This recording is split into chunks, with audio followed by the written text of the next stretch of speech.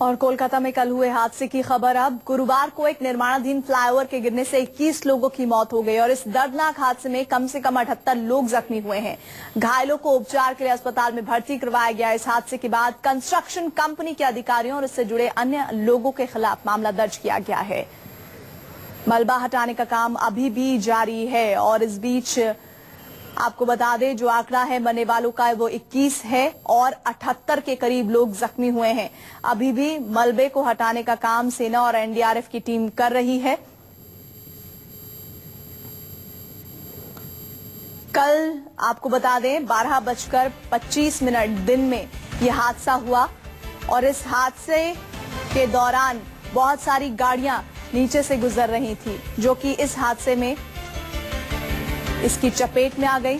प्रधानमंत्री ने भी ममता बनर्जी से फोन पर बात की है। पीएम ने राज्य सरकार को हर संभव मदद का भरोसा भी दिया है। संवाददाता प्रभाकर हमारे साथ ग्राउंड जीरो से जुड़ रहे हैं। फिलहाल प्रभाकर बताइए, रेस्क्यू का काम किस तरह से चल रहा है?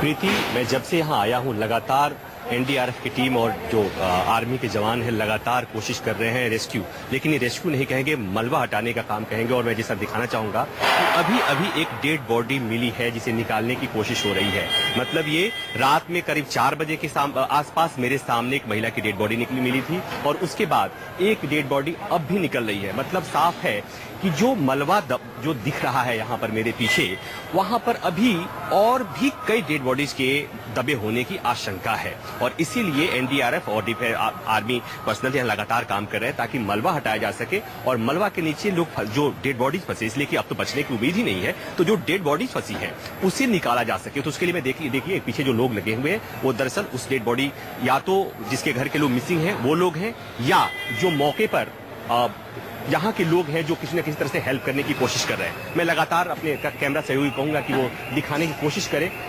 प्रीति, एक डेड बॉडी निकल कर आ रही है हमारे कैमरे के साथ के जरिए आप हमारे दर्शक देख रहे होंगे।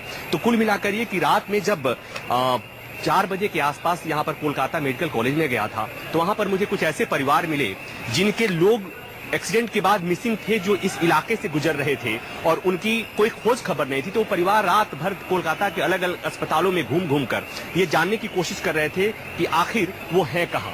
तो कुल मिलाकर ये कि यहाँ पर अभी देखिए किस तरह से कैमरे हैं और लोग घेरे हुए हैं। तो इसमें से बहुत लोग ऐसे हैं जिनके घर के लोग मिसिंग हैं।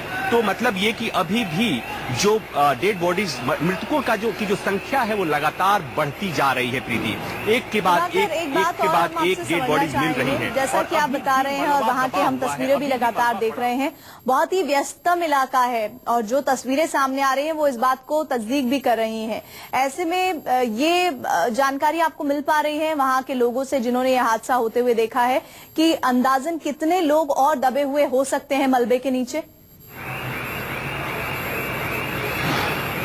देखिए प्रीति, जो ऑफिशियल डाटा है उसकी बात अगर न करें, लेकिन जो हमारे लोगों से बात हुई, जैसे मैं रात 2:30 बजे के करीब यहाँ कोलकाता मेडिकल कॉलेज गया था, वहां पर जो लोग कुछ एनजीओ के लोग थे जो इस में सहयोग करने के लिए वहीं वो थे, उन्होंने कहा कि जो आंकड़ा बताया जा रहा है उससे बहुत ज्यादा लोगों के मरने की आशंका है, क्योंकि जिस समय ये घटना घटी और ये जो इलाका है बड़ा बाजार इलाका है, उस समय वहां पर इतनी भीड़ होती है, पांव रखने तक की जगह नहीं होती। अलग अलग तरह के लोग मिले। एक महिला के बारे में मैंने सुना जो अपने बच्चे को स्कूल से लाने गई थी और वो नहीं पहुंच पाई। यहाँ पर जो ये पुल का इलाका है, यहाँ पर तमाम लोग जो पटरियों पे सामान बेचते हैं, छोटी छोटी दुकानें हुआ करती थी, उस पर ही पुल बैठ गया है। तो दुकानदार भी मर गया और जो दुकान पर, जैसे एक सत्तू वाले के बारे में मैं सुन रहा था कि एक सत्तू वाले के यहाँ कोई सत्तू खा रहा था, वो सत्तू वाला भी नहीं रहा और उस सत्तू वाले की दुकान पे जो सत्तू खा रहा था वो भी नहीं रहा। तो ऐसी ऐसी कहानियां हैं, ऐसी दर्दनाक कहानियां हैं प्रीति,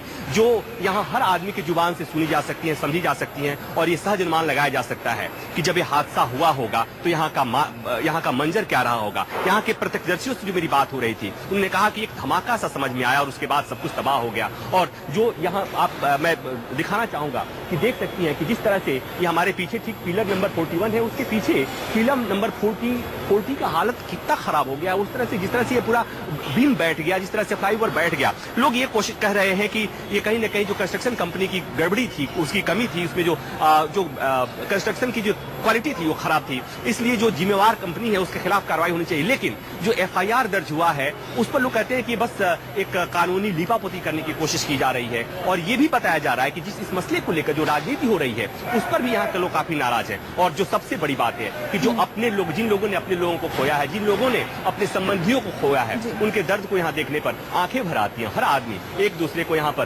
कातर नजर से देख रहा है, इस निगाह से देख रहा है कि वो भी उस दर्द में शरीक है, उसको भी उस दर्द को बांटना चाहता है। प्रीति, बहुत बहुत शुक्रिया प्रभाकर, ये तस्वीरें हम तक पहुंचाने के लिए। अभी भी मलबा हटाने का काम यहाँ पर कोलकाता में, आपको बता दें, बड़ा बाजार इलाके में जो कल दोपहर फ्लाईओवर गिरा था, अभी जारी है वहां पर काम। लगातार सेना और एनडीआरएफ की टीमें जुटी हुई हैं। तमाम अपडेट्स वहां से हमारे संवाददाता प्रभाकर मिश्रा पहुंचा रहे हैं।